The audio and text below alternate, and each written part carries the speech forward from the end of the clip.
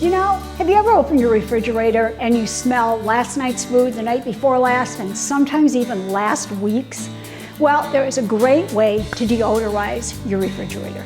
Now, of course, everybody says to us, use baking soda. Baking soda is great, and it is. But the problem with putting the box in the refrigerator is that it blocks it from doing the absorbing. You want it to be in a porous container.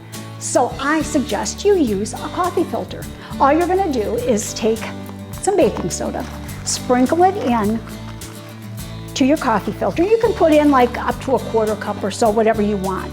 Then you're gonna pull it together at the top like this, and then use a twist tie just to tie it shut. That way it won't fall out. And you can see I've got two little bundles made right here. This allows that to absorb those stinky odors. Now, if you're still smelling last week's food, maybe you need something a little stronger.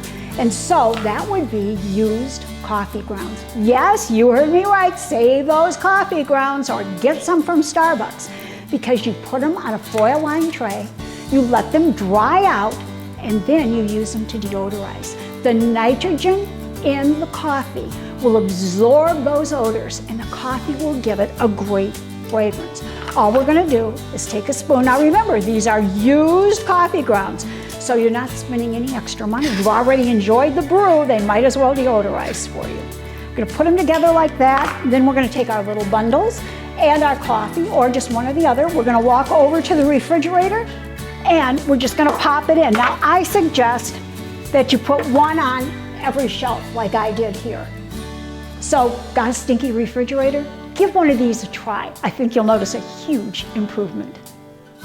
For more information, go to queenofclean.com. Thanks for talking dirty with the Queen of Clean.